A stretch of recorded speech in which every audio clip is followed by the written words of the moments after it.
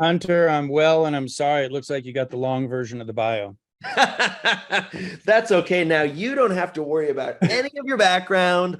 All of it is taken care of. Don't need to do that, huh? You got it. Okay, well We can just let's breeze jump through that in. slide. We got you taken care of, Deryk. You got it. Okay, I'm going to share a couple of slides and show you guys a little technology, but let me give everyone sort of the bottom line up front here, and it's this: we are in a national mental health crisis, and it's playing out in all of our communities, and it's playing out in the workplace, and it shows up in a lot of different ways. It's showing up as there's more bullying going on, violence taking place, people, missing work or just being more irritable. And so what we're going to talk about is how do we really address this in a practical way? And it's not easy, and no one's got the perfect solution, but I think we can cover some good ground here today. I'm going to assume you guys are seeing my screen okay.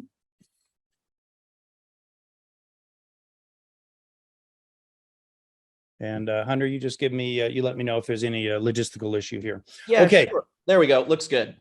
So how can you really make a difference? Well, this is the way I kind of broke out some comments for you folks, and I've tried to make this really bite-sized for you. So I'm going to have like maybe 2 minutes of just statistics so you understand how big the problem is, although I suspect you already know in your organizations right now. And then we're going to go to what you can do about it. And it really boils down to 3 things: engaging your leadership, providing self-care resources for people in your worksite environment, whether they're on-site or remote. And 3, you're a purchaser of insurance services. Basically make sure that you're getting your value. And I'm going to give you some hints around that. That's what it boils down to. That's what we're going to cover. And I'm going to start a little bit on the lighter side and just make a general comment, which is, if anyone is telling you that they've got this solved, they don't know what they're talking about. This is very difficult. Mental health is a very complex issue. Even the term, most people don't even agree that we're talking about mental health per se, but really mental well-being. People want to flourish in their lives. That's kind of what we need to help them do, not just manage a condition, as we'll talk a little bit more about that in a minute. But if you just look at the history of how we've handled mental health, currently it's, we've got certain drugs and therapy, what's known as talk therapy for people, and other therapies. And there is some evidence that that works, to be sure, but it is not for everyone. And in fact, I would even go so far as to say a majority of people that engage with therapy do not receive sort of long-term beneficial results, not due to anything. I'm not anti-therapy at all. In fact, I think it's very good for the right circumstances, right people, but connecting with the right therapist, whether or not you've actually got insurance, did you finish sort of the sequence of the therapy that was at least originally engaged, et cetera, leads to a lot of challenges. So let's kind of jump into what we can do that does work. But just to give you a sense of the size of the problem, half of all adults in the United States have a diagnosable mental health condition over their lifetimes, 20% any given year. That was pre-COVID. Rates have roughly doubled in many areas like anxiety and depression since then. And these elevated rates are not going away anytime soon, unfortunately. I would estimate we've got 3 to 5 years left of these increased rates, which are going to continue to show up in the workplace. So what most people do, like in an HR department, or if you're like one of the C-suites in an organization, is they think, well, look, we'll just give people therapy and some good insurance. And that's very important. That's part of the arsenal. Here, it's a fundamentally flawed strategy, though, if that's your principal approach. You're going to hear why, and there are 2 reasons. One is on this screen, and that is that as a country, we have 250,000 behavioral health therapists short. That's supposed to go up to about 400,000 over the next 5 years. And the average wait time to get a therapy appointment is about 3 to 6 months, moving closer to 6 months now. And much of that therapy does not end up being successful. So if that's your strategy, and people have to wait that long and they don't even have high levels of success, that is simply not going to do it. And quite frankly, that's a very expensive strategy. If there's one message that I want to share with you today, it's this: 3 out of 4 people that have mental distress, active distress at that time, they're not interested in therapy or medication, which is kind of good news for you because those are rather expensive. What they want to know is, what can they do on their own or on behalf of a loved one that's going to work? So the sort of the academic parlance would be evidence-based self-care. Obviously, that's not how the individual thinks about it. They just want to know what's going to work. And if they go off to Google, they're going to find a bunch of stuff, and Google's great, but 95% of what they're going to find out there is not scientifically validated. It's unlikely to lead to sustained change. So this is the opportunity that you have, is to make evidence-based self-care available to people in your organization and really help the 3 out of 4, what we might call upstream, early in their mental health challenges. So we've actually created, I'm sort of wearing both hats, UC Berkeley and also this organization that I helped start, CredibleMind. And I'm kind of wearing both hats here as I share this research. But I want to share 2 models with you that I think, independent of buying anything, just as you think about your employees and the dependents. 1, realize that 3 out of 4 that need some help, they really will be better served by that box on the left. Some early intervention and prevention, evidence-based self-care. So all topics having to do with mental well-being, we'll go into that in just a minute. And then if that's not enough and they do need therapy or medication, then provide the navigation and they can go over to the box on the right, which is more typically provided through insurance. That's therapy and medication. And we'll talk more about that in a moment too. So just have this framework in mind, because if your approach is the box on the right, you're missing most people and you're missing an opportunity to save a lot of money. The other model I want to share with you, this is a professor over at Emory University, Corey Keyes, and he basically posited that, when we talk about mental health, and as Hunter mentioned, it's still a taboo topic. And when we talk about mental health, most people think of diagnosable conditions, right? Depression, anxiety, PTSD, eating disorders, et cetera. And that is a big issue, and it can be a challenge for a lot of people. But most people do not identify as just being on this horizontal line, I have mental illness or I don't have mental illness. What Corey Keyes did is he said, listen, we need to introduce a second dimension, which is really about flourishing. That's what people want to do. And the relevance to you being in HR or in a position of leadership in an organization is that if you want to know how to engage people, because almost every employer I've ever worked with, they all say we have low engagement, it's because they're not talking about flourishing. They're talking about mental health diagnoses, and that's not how you engage people. Wherever you are, and just to take an example, you could have a mental illness depicted on the left side of this table, but still flourish. You see that X moving up to an X near the flourishing line. And you can also have no mental illness and languish. So mental illness is not the key issue. The key issue is, how do you meet people where they are, which may or may not be that they have a diagnosable condition, and help them move towards flourishing. We did a lot of research. We interviewed, did surveys and a variety of work, over 1,000 people. And I'm not going to go through all of this. And, the kinds of things that people worried about are what you might express, sort of expect: stress, anxiety, work-life balance, etc. But I want to call your attention to the right-hand side. About 80% said that they had high interest in sort of spiritual growth, spiritual well-being and growth. And I think that's the opportunity. That's sort of reinforcing this point around flourishing. So, I've made a statement earlier, which is, hey, 3 out of 4 people want evidence-based self-care. I think a pretty logical question from your perspective is, well, does self-care work? I mean, sounds good. Does it work? Yes. Short answer for today, yes. You want to talk more? I can give you chapter and verse. But we've identified hundreds of studies, if not literally over thousands now, that show how things like exercise and meditation and being in nature and mindfulness-based therapies help with different conditions depending on the stage of where you are. The key is to match people to the sort of the right therapies, if you will, with the right conditions at the right time, so that they really see meaningful improvement. But very strongly, this kind of early intervention and prevention works.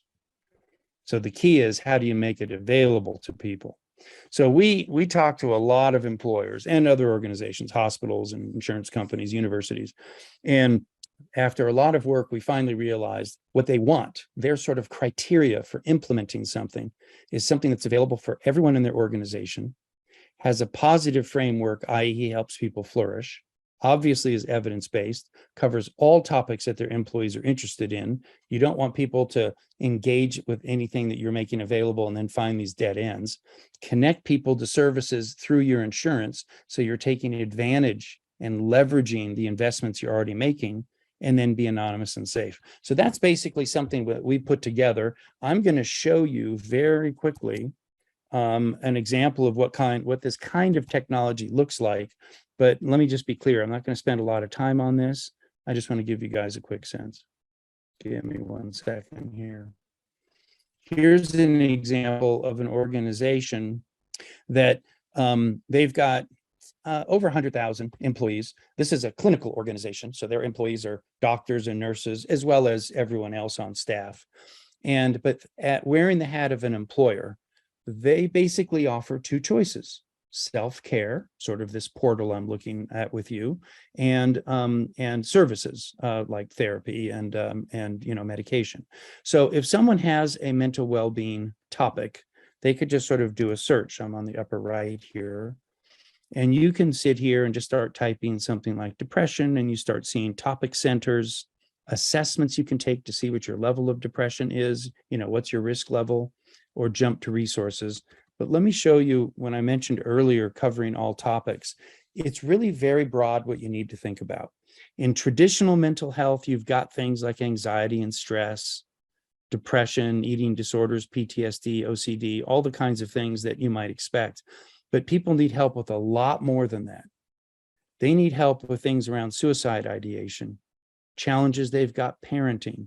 Maybe they're caring for a loved one, an aged person, and it's really wearing on them, or they're going through a divorce or a housing transition. It goes on and on. Or they're going through a period of emotional health challenges, like a period of grief or loneliness, on up through relationships and positive psychology. So altogether, we've sort of assembled over 200 topics, and the idea is to help people in whatever topic, wherever they are. So I'm just going to choose anxiety, and I'm going to do this in 1 to 2 minutes, just to give you a visual of what does evidence-based self-care look like? Because with all due respect, most people don't know.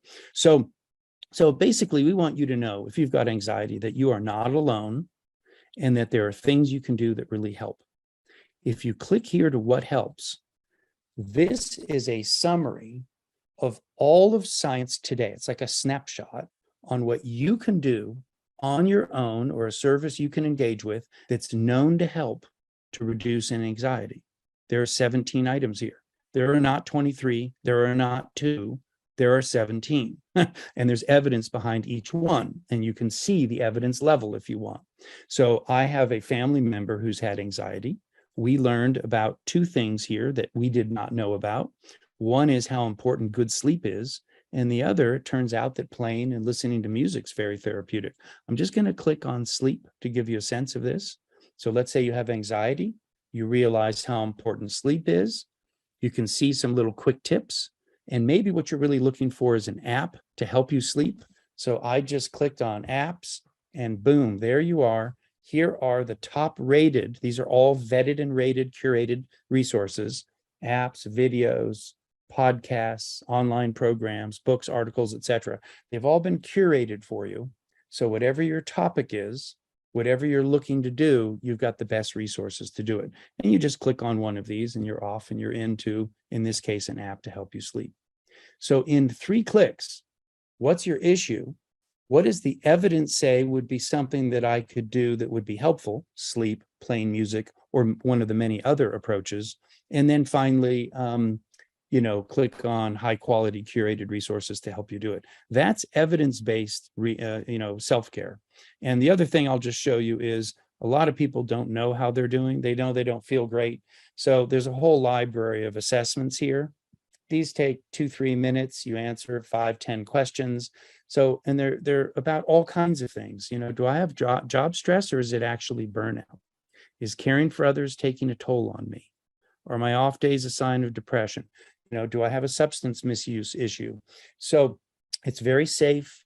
It's anonymous. These are validated scales. You answer a few questions, you see if you're low, high, or medium risk, and then you can triage to different levels of care, whether it's self-care or something that you may offer through insurance. So that was a very quick whirlwind tour. I just wanted to give you a visual on, what this kind of stuff looks like, because it really is incredibly helpful to people to be able to find what works for them. So let me wrap up with a couple of slides here on what you can do in the workplace right now to help people. Okay, so, and by the way, when people use those kinds of self-care systems, like I was showing earlier, it really does have outcomes, right? So you actually get people better understanding their mental health and making positive behavior changes. So they are making changes. So this is really the to-do slide. This is kind of, your bottom line.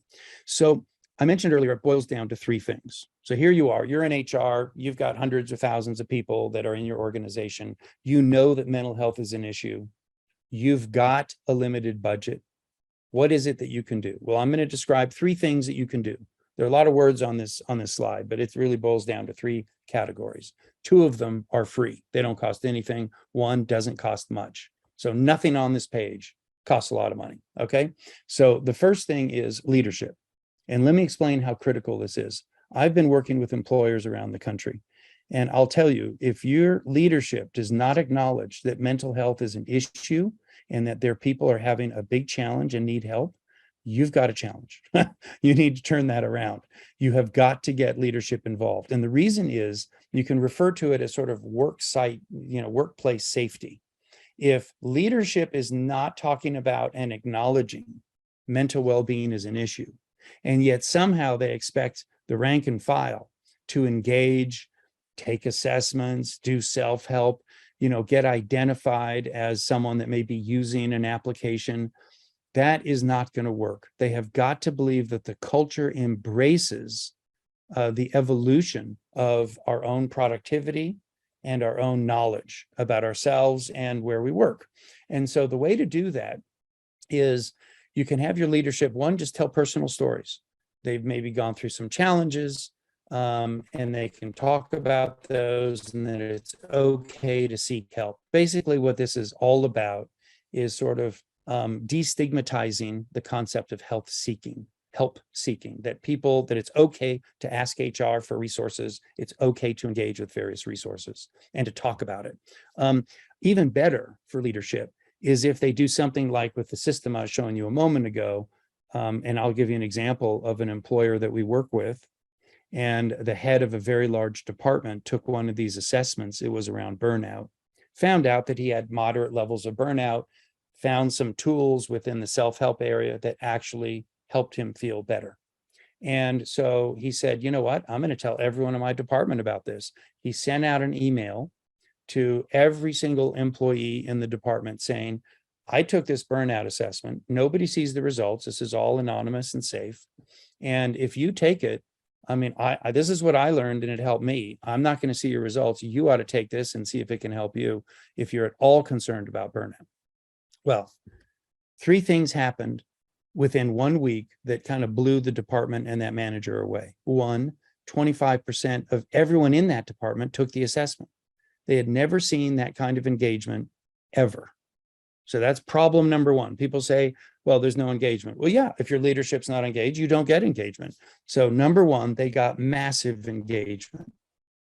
Number two, the individuals learned and the organization learned through aggregated data that in fact they had these 25% of the employees that took this had between moderate and severe levels of burnout. So a high proportion of them.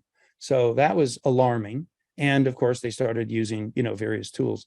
But in addition, they learned through the assessment that one of the triggers for the burnout was perceived potential job loss. People thought they were maybe going to get fired.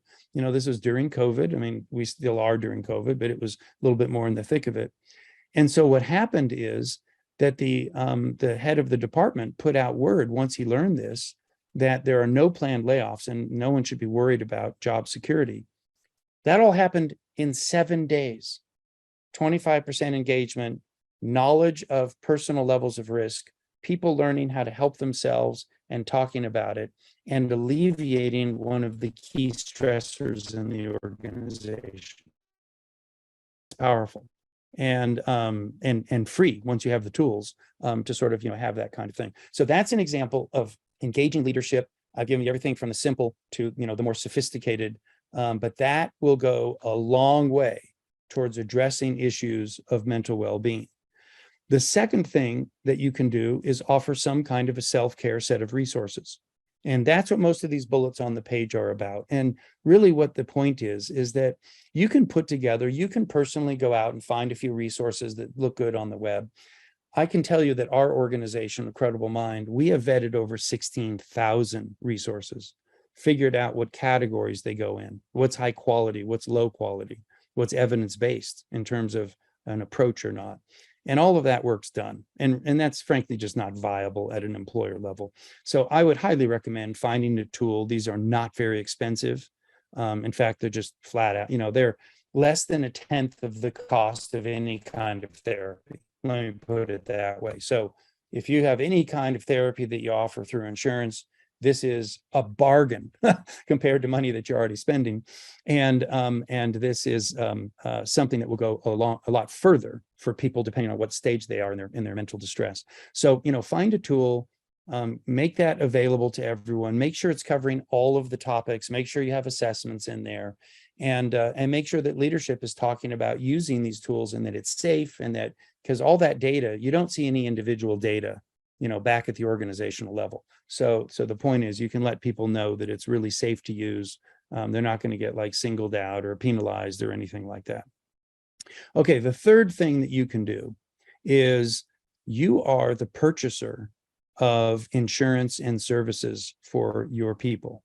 And you need to be a smart purchaser, right? Because I'll give you an example. I was talking to this employer and they said, yeah, well, we have, these two insurance plans. And I said, okay, what's the turnaround time if one of your employees asks for therapy, if they're seeking that, what's the delay to when they can get an appointment?